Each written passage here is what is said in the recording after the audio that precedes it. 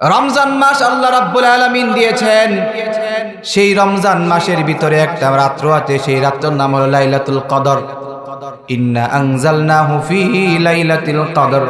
আছে না নাই? 12টা মাসের ভিতরে একটা মাস গুরুত্বপূর্ণ, তার নাম হলো রমজান মাস। দিন এবং রাতের ভিতরে রাত্রির সবচেয়ে মূল্যবান হলো আল্লাহ রাব্বুল আলামিন লাইলাতুল কদর রজনীতে এই কোরআনকে আল্লাহ রাব্বুল আলামিন মানুষের জন্য নাজিল করেছেন। এই জন্য এই কোরআন নাজিল হওয়ার কারণে দিনের চেয়ে রাত্রের দাম যিনি বাড়িয়ে দিয়েছেন তিনি কে? আল্লাহ রাব্বুল আলামিন দিন এবং রাতে দুইটার ভিতরে কোরআনের কারণে রাত্রির দাম বাড়িয়ে দিয়েছেন। এবার বুঝে থাকলে বলেন তো দেখি, আশরাফুল মাখলুকাত হিসাবে মানুষ যাদেরকে চিনে তাদেরকে কি বলা হয়? মানুষ বলা হয়, ঠিক না? পশু পাখি কত মাখলুকাত আল্লাহ রাব্বুল আলামিন পৃথিবীর বুকে নাজিল করেছেন, বানিয়েছেন। তার ভিতরে শ্রেষ্ঠতম মাখলুকের নাম হলো মানুষ, ঠিক না? আল্লাহ রাব্বুল আলামিন জিনকে কোরআন দিয়ে দিতে চেয়েছিল, তারা নিতে পারে নাই। পাহাড়কে দিয়েছিল, তারা বলে আমরা এটা ওয়েট নিতে পারবো না। আসমানকে বলেছিল, ও আসমান তুমি আমার কোরআনকে নাও, কিন্তু বললো আল্লাহ এত কোরআনের ওজন, এত কোরআনের ওয়েট আমরা নিতে পারবো না। আল্লাহ রাব্বুল আলামিন সবাইকে যখন জিজ্ঞেস করলাম, সবাই তখন ব্যর্থ হয়ে গেল।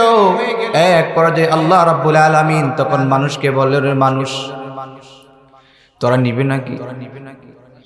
মানুষ বলে, আল্লাহ আমি দুর্বল, আমার মতো কমজোরি মানুষ পৃথিবীতে আর একজনও বানাই নাই। আল্লাহ তাআলা কালামুল্লাহর ভিতরে নিজেই বলেছেন, খুলিকাল ইনসানু যায়িফা, আমি মানুষকে বড় দুর্বল করে বানাইছি। মানুষের চেয়ে দুর্বল আর কোনো প্রাণী নাই, আসেনি? এই যে শীতের রজনী, শীতের দিন, শীতের রাত, আপনারা এখানে বসে আছেন, বলেন তো দেখি এই শীতের ভিতরে একটা কুকুরের কম্বল কয়টা লাগে? লাগে। অথচ আপনি আমার শীতের কাপড় না পরলে কেমন জানি শীত লাগে, কষ্ট হয়, সহ্য করতে পারি না। আল্লাহ রাব্বুল আলামিন একটা গরুর শরীরের ভিতরে কাপড় লাগে না, আল্লাহ এমন ভাবে সৃষ্টি করলেন। ছাগলের ভিতরে তাকায় দেখেন, দুম্বার ভিতরে তাকিয়ে দেখেন, কুকুরের ভিতরে তাকিয়ে দেখেন। ও দোস্ত, আল্লাহ রাব্বুল আলামিন তাদেরকে এমন শক্তিশালী করে বানাইছে। মানুষ দুর্বল। একটা হাতি যে পরিমাণে খাবার খায়, মানুষ সে পরিমাণে অল্প কয়টা খাবার খায়, ঠিক না? কয়টা খাবার খেতে পারেন? কয় মন খাইতে পারেন কোন? আল্লাহ রাব্বুল আলামিন সমুদ্রের ভিতরে তিমি মাছ দিয়েছেন, টনকে টন খাবার দেন। সেই টনকে টন একটা মাছ খাবার খায় প্রতিদিন। আল্লাহ রাব্বুল আলামিন সেই প্রাণীর চেয়েও মানুষকে দুর্বল করে বানাইছে, ঠিক না? আল্লাহ বললেন, বান্দারে তোর জন্য আমি কোরআন দিতে চাইলাম, তুই কোরআন নিবে নাকি? আল্লাহ তাআলা যখন বলল, বান্দা বলে দেখবেন, একটা জিনিস খেয়াল করবেন, গ্রামগঞ্জের ভিতরে অনেক সময় অনেক ধনী মানুষ যেটা পারে না, ধনী মানুষ যেটা নেয় না, ধনী মানুষ যেটা করতে পারে না, গরিব মানুষ বলে আমার ঘরের ভিতরে খাবার নাই, কিন্তু হুজুর আমার বাড়িতে আসছে, মেহমানদারি করে বেশি, ঠিক না? অনেক বড় লোকের বাড়িতে গেলে হুজুরের সম্মান পর্যন্ত করে না, কিন্তু গরিবের বাড়িতে গেলে ঘরের ভিতরে একটা ভালো চেহারা নাই, কিন্তু হুজুরকে কোন জায়গার ভিতরে বসতে দিবে ওই বাড়িওয়ালা গরিব মানুষটা নিজে হিতভম্ব হয়ে যায়, আশ্চর্য হয়ে যায়, কোথায় বসতে দিবে, ঠিক না? ও মুহতারাম, আল্লাহ রাব্বুল আলামিন জানিয়ে দিলেন, বান্দারে তুই তো অনেক দুর্বল একটা প্রাণী, তারপরে যেহেতু বললেই যা, আমি আল্লাহ তোকে সবল করে দিলাম। সুবহানাল্লাহ। আল্লাহ বললেন, বান্দা তুই নিবি। আল্লাহ বললেন, বান্দা আল্লাহ আপনি দিবেন নাকি? আল্লাহ বলে দিলাম। বান্দা কো নিলাম, আলহামদুলিল্লাহ। এই নেওয়া আর দেওয়ার কারণে আল্লাহ বান্দার দাম, এত সম্মান, এত মর্যাদা বাড়াইলেন। 70,000 বছর বেঁচে থাকলে যে সব হইতো, ওই লাইলাতুল কদরের রজনীতে একদিন ইবাদত বন্দেগী করলে আমার আল্লাহ বলেন এই 60 বছর 50 বছর পানেওয়ালা উম্মত, বিশ্ব নবীর উম্মতকে আমি আল্লাহ রাব্বুল আলামিন সেই পরিমাণ সব আমি আল্লাহ আমলনামায় দান করে দে। তাহলে চিন্তা করছেন নি মাত্র পাইলাম কয়েকটা বছর আমরা, ঠিক কিনা? এখানে তো মনে হয় 100 বছরে কেউ বেশি নাই, আছেন কেউ? 100 বছরে কেউ নাই। অথচ আল্লাহ বললেন লাইলাতুল কদরি খায়রুম মিন আলফি শাহর।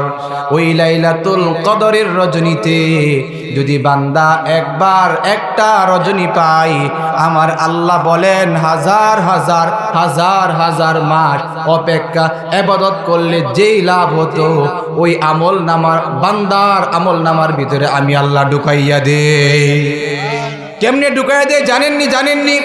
সূরা ইউসুফের ভিতরে আছে, অনেক লম্বা সূরা ইউসুফের তাফসীর যেহেতু করব না সেদিকে যাচ্ছি না। ওই বাবার কাছে কিছু দিরহাম ঢুকাইয়া দেওয়ার জন্য ওই বাবার ভাইদের যে পুটলা ছিল, বস্তা ছিল, বস্তার ভিতরে ঢুকাই দিছে, বলে এগুলো নিয়ে যাও। মালের ভিতরে টাকা ঢুকাইয়া দিছে। আল্লাহ রাব্বুল আলামিন বলেন বান্দা তুই সারা জীবন গুনাহ করছস, অন্যায় করছস, কর কোনো আপত্তি নাই, কিন্তু তুই যদি একবার ফিরে আসোস আর বলস আল্লাহ জীবনে যা করেছি অন্যায় করেছি, অপরাধ করেছি, ভুল করে ফেলেছি, আল্লাহ আর করব না। আল্লাহ বলেন বান্দা তুই এই কথা বলতে দেরি হয়, আমি আল্লাহ রাব্বুল আলামিন তোর গুনাহ মাফ করতে দেরি হয় না। আল্লাহ বলেন ইবাদদিলুল্লাহু সাইয়্যাতিহিম হাসানা। বান্দারে শুধু তোর গুনাহ মাফ করলাম তা না, বরং তুই এই যে 50 বছর পর্যন্ত 40 বছর পর্যন্ত যত অন্যায় করেছিলি, গুনাহ করেছিলি, পাপ করেছিলি, ওই সবগুলাকে ইবাদদিলুল্লাহ আমি আল্লাহ বদল করে দিলাম। ইবাদদিলুল্লাহ সাইয়্যা, খারাপ আমলগুলাকে হাসানা, নেক আমল দ্বারা। আল্লাহু আকবার, আল্লাহু আকবার। 40 বছর গুনাহ করেছেন, কম গুনাহ হয়েছে নাকি? কিন্তু 40 বছরের গুনাহকে আল্লাহ রাব্বুল আলামিন শুধুমাত্র মাফ করে দেন তা না, বরং 40 বছরে গুনাহ করার পরে যেই পরিমাণে গুনাহ হয়েছে আল্লাহ সেই পরিমাণ গুনাহকে নেক দ্বারা পরিবর্তন করে দেয়। এত মহব্বত করেন আল্লাহ বান্দাকে। কেন? কোরআনের খাতিরে, ঠিক কিনা? মোহতারাম হাজিরিন, কোরআনকে মহব্বত করলে আল্লাহ তার দাম বাড়ায়। একটা ছোট্ট ওয়াকিয়া আপনাদেরকে শোনাবো, শুনবেন? ঘটনাটা মনে থাকবে তো? কোরআনের কারণে মানুষের দাম বাড়ে। কোরআনকে যে ব্যক্তি সম্মান করে আল্লাহ তার সম্মান বাড়ায় দেয়। কোথায় পেলাম আমরা? আল্লাহ রাব্বুল বলেন যে وَمَنْ أَعْرَضَ عَنْ ذِكْرِي فَإِنَّ لَهُ مَعِيشَةً ضَنكًا وَنَحْشُرُهُ يَوْمَ الْقِيَامَةِ أَعْمَى। এই আয়াতের তাফসীরের ভিতরে একটা ঘটনা আপনাদেরকে শোনা। এক দেশে একজন ফকির ছিল, দরিদ্র লোক ছিল। লোকটা কিছুদিন পরে মারা গেল। মারা যাওয়ার পরে ওই ব্যক্তিটা জঙ্গলের ভিতরে থাকার কারণে মানুষের সাথে তার সম্পর্ক ছিল না। এই যে ভালুকার মানুষ, আপনাদের এলাকার মানুষ যদি একজন ভিক্ষা করার জন্য সেই গাজীপুর চৌরাস্তা যায়, আমি যেখানে থাকি, দেখা গেল আসলে গেল দেখা সাক্ষাৎ খোঁজখবর আপনাদের সাথে হয় না। সকালে চলে গেছে, সেই রাত্রে কখন আসছে কইতে পারেন না, সকালে আবার চলে গেল, দেখা হয় না, অনেক দিন হয়ে যায় এরকম। তো ওই লোকটা ঘরের ভিতরে মারা গেলে আপনাকে বলতে পারবেন না? পারবেন না? বলতে পারবেন? ঘরের ভিতরে, তার তো ঘরেই নেই, জঙ্গলের ভিতরে, কুড়ের ঘরের ভিতরে থাকে। তো ওই লোকটা মারা গেল। মারা যাওয়ার পরে ওই জামানার একজন জবরদস্ত আল্লাহর ওলি বুজুর্গ ছিল, তাকে স্বপ্নে দেখাইলো যে আমার একজন আল্লাহর ওলি ওই জঙ্গলের ভিতরে মারা গিয়েছে, তুমি যাও তার দাফন কাফনের ব্যবস্থা করো, আর ঘোষণা করে দাও যে এই ব্যক্তির জানাজার ভিতরে শরীক হবে, ওই ব্যক্তির জীবনের গুনাহ আমি আল্লাহ মাফ করে দিব। এবার এলাকার ভিতরে এসে খুঁজে, আপনাদের এলাকার নাম কি? বাঁশি। আচ্ছা, এই বাঁশির ভিতরে একজন লোক মারা গেছে, তার নাম আব্দুর রহমান। জিজ্ঞেস করলো আমার চাচাকে, চিনি না। এই যে আমার বাজানকে জিজ্ঞেস করলো, চিনি না। এই যে আমার সভাপতি সাহেবকে জিজ্ঞেস করলো, চিনি না। এমন করে করে অনেককে জিজ্ঞেস করলো, চিনি না। কে মারা গেল জানি না। হঠাৎ করে একজন লোক বলতেছে, শুনলাম ওই জঙ্গলের ভিতরে কান্নার আওয়াজ, কে যেন কান্না করতেছে। এবার আস্তে আস্তে করে গেল ওই জঙ্গলের কাছে, যাইয়া দেখে ওই জঙ্গলের ভিতর থেকে একটা মেয়ের কান্নার আওয়াজ আসছে। জিজ্ঞেস করলো, কি গো মা, তুমি কান্না করতেছো কেন? আমার বাবা দুনিয়া থেকে চলে গিয়েছে, কিন্তু আমার আত্মীয় স্বজন কেউ নাই, পাড়া প্রতিবেশী কেউ নাই, কে দাফন দিবে, কে কাফন করবে? এই কথা বলার পরে আল্লাহর ওলি বুজুর্গ তখন ডাক দিয়ে বললেন, মা রে, আল্লাহ রাব্বুল আলামিন আমাকে পাঠাইছে তোমার বাবার কাফন দাফন জানাজার কাজকে সম্পন্ন করার জন্য। আল্লাহু আকবার। এবার জানাজার কাজ হলো, কাফন দাফন সম্পন্ন করা হলো।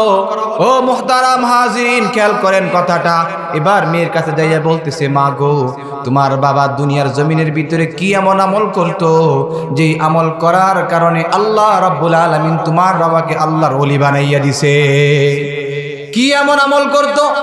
মেয়ে তখন বলতে পারে না আমার বাবা কি আমল করতো। বলতেছে, হুজুর, এই দুনিয়ার জমিনের ভিতরে আমি আমার বাবা ছাড়া আমাদের কোনো আপনজন নাই, আপনজন কোনো ব্যক্তি নাই, কোনো ভাই বেড়াদর আত্মীয় স্বজন এই দুনিয়ার ভিতরে আমার নাই। এই দুনিয়ার ভিতরে আমি একমাত্র বাবার একমাত্র মেয়ে, আর কেউ নাই। কিন্তু আমার বাবাকে এমন কোনো কাজ করতে দেখি নাই যেই কাজ করার কারণে আমার মা আমার বাবা আল্লাহর ওলি হয়ে গিয়েছে। ও মুহতারাম হাজিরিন, এক পর্যায়ে এই কথা যখন বলতেছে, হঠাৎ করে মেয়ে তখন চিন্তা করলো, বা হুজুর তখন চিন্তা করলো, কি ব্যাপার, কি হলো? মুহতারাম হাজিরিন, এর পর্যায়ে তাকে জিজ্ঞেস করলো, তাহলে কি কাজ করতো তোমার বাবা? বলল, আমার বাবা দুনিয়াতে তেমন কোনো ভালো কাজ করতো না, তবে আমার বাবা সারাদিন কাজ করে ভিক্ষা করে এসে, কর্ম করার পরে এসে যখনই এই কোরআন, এই কোরআনকে যখনই দেখতো, বাড়িতে আসতো রাত্রে বেলায়, এই কোরআনটা ওপেন করতেন, ওপেন করার পরে এই আয়াতগুলোর উপর হাত বুলাইতেন আর বলতেন, হাযা কালামুল্লাহ, এটা আমার মালিকের কালাম, যা বলেছে সাদাকা, সে সত্য বলেছে। এই বলে বলে প্রত্যেকটা আয়াতের উপরে হাত ঘুরাইতেন আর চোখের পানি ফেলে কাঁদতো আর বলতো, আল্লাহ, আমি তোমার কোরআন পড়তে পারি না, এই কোরআন না পড়ার কারণে আমার দিলের ভিতরে কষ্ট, আল্লাহ তুমি কোরআন দিয়েছিলে পড়ার জন্য, কোরআন পড়তে পারি নাই। প্রতিদিন এই কান্না করার কারণে আল্লাহ রাব্বুল আলামিন এই কান্নার কারণে আল্লাহ তাআলা তাকে ওলি বানাইছে। সুবহানাল্লাহ বলতেন না? ও মুহতারাম হাজিরিন, দুনিয়ার জামানার ভিতরে যেই সমস্ত মানুষ আল্লাহর ওলি হয়েছে, দুইটা গুণ তাদের ভিতরে ছিল। এক নাম্বার ছিল কালামুল্লাহর তেলাওয়াত, এক নাম্বার কি ছিল? কালামুল্লাহর তেলাওয়াত। দুই নাম্বার ছিল হাদিসের প্রজ্ঞান জ্ঞান। ইমাম বুখারী রাহমাতুল্লাহির নাম শুনছেন নি আপনারা? ইমাম বুখারী রাহমাতুল্লাহি আলাইহি যুগ শ্রেষ্ঠ একজন ফকিহ না, শুধুমাত্র একজন ইমাম ছিল, ইমাম, আল্লাহু আকবার, হাদিসের ইমাম। ইমাম বুখারী রাহমাতুল্লাহি আলাইহি তিনাকে বাতিল কিছু আলেম ওলামায়ে সু যুগে যুগে আছে না নাই, সেই ওলামায়ে সু তাকে অপমান করার জন্য হাদিসের মসনদে 10 জন আলেম মিলে বলতেছে, আমরা 100টা হাদিস মুখস্থ করে উল্টা পাল্টা করে যায় বলবো ইমাম বুখারীকে, দেখি ইমাম বুখারী সে কি আমাদের উল্টা পাল্টা ভুলগুলোকে ধরতে পারি কিনা। এক পর্যায়ে তারা 10 জন আসলো, ইমাম বুখারীর হাদিস দরজ দিচ্ছে এমত অবস্থায়, বলতেছে, হুজুর, আপনার ছাত্র হওয়ার জন্য আমরা আসছি, আপনি আমাদের ছাত্র হিসাবে আপনি কি করেন, আমাদেরকে গ্রহণ করেন। বলল, ঠিক আছে, বসো। হাদিসের মসনদের ভিতরে বসছে। এক পর্যায়ে বলছে, হুজুর, আমরা কিছু হাদিস মুখস্থ করে আনছি, আপনাকে শোনাবো। এবার একজনে 10টা করে 10 জনে 100 হাদিস বললেন। 100 হাদিসের ভিতরে অনেক উল্টা পাল্টা পেচ লাগায় বলছে। ইমাম বুখারী রাহমাতুল্লাহ আলাইহি চুপ করে রইলেন, কিছু বলতেছে না। এক পর্যায়ে একজনে বলতেছে, হুজুর, আপনি কিছু বলতেছেন না, এই হাদিস তো ঠিক আছে নি? বুখারী রাহমাতুল্লাহ বলতেছে, এই হাদিস তো আমি পাই নাই, এই হাদিস আমার জ্ঞানের বাহিরে, জানার বাহিরে। ঠিক আছে, 10 জন যখন বলা শেষ, ইমাম বুখারী রাহমাতুল্লাহ আলাইহি তখন বলতেছে, শুনো, এতক্ষণ পর্যন্ত তোমরা যে হাদিসগুলা বলতেছিলা, এই হাদিসগুলা এইভাবে বলছে, উনি যেমনে বর্ণনা করছে ঠিক তেমনে বর্ণনা করছে। বর্ণনা করার পরে বলতেছে, এই জায়গার ভিতরে এই শব্দটা এরকম হবে না, এই শব্দটা হবে এরকম, এই বাক্যটা এমন হবে না, এই বাক্যটা হবে এমন, এটা ভুল, এটা ঠিক, এটা হাদিস, এটা সহিহ, এটা সহিহ, এটা দুর্বল, এমন করে সুন্দর করে 100 হাদিস এক জায়গার ভিতরে তিনি বলে দিলেন। আল্লাহু আকবার। কিসের কারণে? ইলমে হাদিসের জ্ঞান আল্লাহ রাব্বুল আলামিন সবাইকে দেয় না। কোরআনের জ্ঞান আল্লাহ সবাইকে দেয় না। এটা, এই কোরআন হলো নূর, আল কোরআনু নূরুম মিন ইলাহি। এই কোরআনটা হলো আল্লাহর পক্ষ থেকে ইলম, নূর। এইটা আল্লাহর পক্ষ থেকে আসে। কোথায় আসে? এই কলবের ভিতরে আসে। কোথায় আসে ভাই? এই কলবের ভিতরে আসে। আমি যদি প্রশ্ন করি আপনাদেরকে, বলেন তো দেখি আমাদের এই দেহটা কিসের তৈরি? আপনারা মাটির তৈরি বলেন, ঠিক কি ঠিক না? এটা মাটির তৈরি দেহ, ঠিক কি ঠিক না? কথা কন নাকি? কিসের তৈরি? মাটির তৈরি দেহ। আর অন্তর যেটা আছে এটা কিসের তৈরি? ইয়াসআলুনাকা আনির রূহ। রূহ সম্পর্কে আলোচনা করতে গেলে অনেক লম্বা আলোচনা, সেদিকে যাচ্ছি না। রূহটা হলো আল্লাহ তাআলার পক্ষ থেকে উপর দিক থেকে আসে। মানুষ যখন মারা যায় দুইটা জিনিস চলে যায়, একটা দেহ একটা আত্মা। আত্মা চলে যায় উপরে, দেহ চলে যায় মাটির নিচে। কারণ মাটির তৈরি দেহ মাটির নিচে চলে যায়। রূহ আল্লাহ তাআলা আসমান থেকে বানাইছে, সেজন্য আসমানে চলে যায়। মুহতারাম হাজিরিন, এই বলেন যে কোরআন আল্লাহ রাব্বুল কোথা থেকে পাঠাইছে? কোন জায়গা থেকে? আসমান থেকে আল্লাহ দুনিয়ার জমিনে কোরআন পাঠাইছেন। কিয়ামতের আগে কোরআন থাকবে না, এই পৃষ্ঠাগুলোর ভিতরে লেখা থাকবে না, সব উঠে যাবে। মানুষ তখন আর কোরআন পড়তে পারবে না, তখন এলেম উঠে যাবে। আর যখনই এলেম উঠে যাবে তখনই কিয়ামত হয়ে যাবে। তখনই কি হয়ে যাবে ভাই? কিয়ামত হয়ে যাবে। এই কিয়ামতের আগ মুহূর্তে আল্লাহ রাব্বুল আলামিন এলেম উঠায় নেবে, এলেম ওয়ালাদেরকে উঠায় নেবে। দেখেন আজ থেকে নিয়ে আগে যারা আলেম ওয়ালা ছিল আর এখন যারা এলেম ওয়ালা আছে, তারা কি সবাই এক সমান নাকি পার্থক্য আছে? আস্তে আস্তে করে এলেম উঠে যাবে। আর সেই এলেম উঠতে উঠতে উঠতে উঠতে এক পর্যায়ে কিয়ামত হয়ে যাবে। মুহতারাম হাজিরিন, সর্বশেষ কথা হলো এটাই, রূহের জন্য এই কোরআন দরকার, ঠিক কি ঠিক না? দেহের চিকিৎসার জন্য ডাক্তার প্রয়োজন, দেহের চিকিৎসার জন্য ডাক্তার প্রয়োজন, রুহের চিকিৎসার জন্য ডাক্তার প্রয়োজন। রুহের চিকিৎসার জন্য অ্যাপোলো হাসপাতাল, বড় বড় ডায়াবেটিস সেন্টার আছে। আর রুহে তৈরি ডাক্তারের জন্য এই কোরআনওয়ালাদের ট্রিটমেন্ট লাগবে। এই কোরআনওয়ালাদের ট্রিটমেন্ট যদি না থাকে তাহলে কোনো দিন কোনো মানুষ রুহের চিকিৎসা করতে পারবে না। আপনি আমি জীবনে 30 বছর 40 বছর 50 বছর হায়াতের ভিতরে কত ডাক্তারের কাছে গিয়েছি, কতবার গিয়েছি। একবার বুকে হাত দিয়ে বলেন তো দেখি, আমার রূহটাকে শুদ্ধ করার জন্য, আমার রূহটাকে সুস্থ করার জন্য, আমার রূহটা কি ভালো আছে না দুর্বল আছে নাকি মারা গিয়েছে, একবার কোনো ডাক্তারের কাছে গিয়েছেন নাকি? একবার বলেন তো কোনো একজন কোরআনওয়ালার কাছে গিয়েছেন নাকি? যে কোরআনওয়ালা কোরআনের ট্রিটমেন্ট করে আপনার রূহটাকে জিন্দা করবে, ভালো করবে, সবল করবে, জীবনে গিয়েছেন নাকি? এই কোরআনওয়ালার কাছে যান নাই, সেজন্য আপনার আমার রূহ ঠিক নাই, অসুস্থ রূহ নিয়ে আমরা বেঁচে আছি। ও মুহতারাম হাজিরিন, আল্লাহ রাব্বুল আলামিন আমাদের সকলকে কোরআন দিয়েছেন ট্রিটমেন্ট করার জন্য কোরআনওয়ালাদের কাছে। ইন্না লিল্লাহি আহলিনা মিনান নাস কিলা মান হুম ইয়া রাসূলুল্লাহ আহলুল কোরআন আহলুল্লাহ। কোরআনওয়ালারাই হলো আল্লাহর পরিবারস্থ লোক। কথা বলেন ঠিক কি না? এই যে আজকে আনোয়ার ভাই আপনাদের এখানে মাদ্রাসার এত সুন্দর ইন্তজাম করেছেন, এই মাদ্রাসাকে আপনারা ভালোবাসবেন? এই মাদ্রাসাকে আনোয়ার ভাইয়ের জন্য ভালোবাসবেন নাকি নিজের জন্য ভালোবাসবেন? কারণ যারা কোরআনকে মহব্বত করে, কোরআনওয়ালাদেরকে মহব্বত করে, তালেবুল ইলমদেরকে মহব্বত করে, আমার আল্লাহ বলেন আমি আল্লাহ রাব্বুল আলামিন স্বয়ং তাদেরকে মহব্বত করি। আল্লাহু আকবার। এজন্য যারা কোরআনকে মহব্বত করেন, মাদ্রাসাকে মহব্বত করবেন, আনোয়ার ভাইকে সহযোগিতা করবেন, মাদ্রাসায় ছাত্র দিবেন, আপনাদের সন্তানদেরকে মাদ্রাসায় প্রাথমিক লেভেলে লেখাপড়া করান, তারপর স্কুলে পড়ান, কলেজে পড়ান, ভার্সিটিতে পড়ান, কোনো আপত্তি নাই। আপনার সন্তানটা ঈমান আমল নিয়ে আপনার জন্য ওই সন্তানটা নেককার সন্তান হবে। আর যদি তার জীবনের ভিতরে ঈমান আমল না থাকে, ইলম না থাকে, ওই ব্যক্তি নাস্তিক হয়ে যাবে। ওই ব্যক্তি মুসলমান থাকবে, নাম থাকবে আব্দুর রহমান, কিন্তু ওই ব্যক্তি ইলম না থাকার কারণে ওই ব্যক্তি নাস্তিক হয়ে যাবে। কথা বলেন ঠিক কি না? নাম হবে জাফর ইকবাল, নাম হবে আহমদ শফি, কাম করবে শয়তানের। কথা বলেন ঠিক কি না? ঢাকা ভার্সিটির মতো যত বড় বড় ভার্সিটিতে আছে, আহমদ শফির মতো সাহিত্যিকরা নাস্তিক হয়ে যায়। কারণ তাদের ভিতরে কোরআনের স্নান নাই, কোরআনের মান নাই। কোরআন না থাকার কারণে, দিন না থাকার কারণে বদ্দিন হয়ে গিয়েছে। ইকবাল হচ্ছে ইকবাল, আহমদ শফি নাম কত সুন্দর, আব্দুল্লাহ হয়ে যায় কাম সব উল্টা বলা। ঠিক কিনা? নাম হয়েছে কুদরতে খুদা, ওই লোকটা গজবে খুদা। কথা বলে ঠিক কিনা? কোরআন না মানার কারণে আল্লাহ রাব্বুল আলামিন তাদের জীবনকে এইভাবে ধ্বংস করে দিয়েছে। ও মুহতারাম হাজিরিন, সর্বশেষ যেই বার্তাটা সেটা হলো আপনারা এই কোরআনওয়ালাকে মহব্বত করবেন। কেন? কোরআনের খাতিরে ভালোবাসবেন ইনশাআল্লাহ। আমি আপনাদের এখানে গত বছর আসছিলাম, এর আগের বছর আসছিলাম, ওই যে আমার জিহাদি ভাইয়ের মাদ্রাসা আলোচনা করি। আজকে আমার আরেকটা প্রোগ্রাম গাজীপুর চৌরাস্তাতে আছে, ওইখানে যে আলোচনা করব।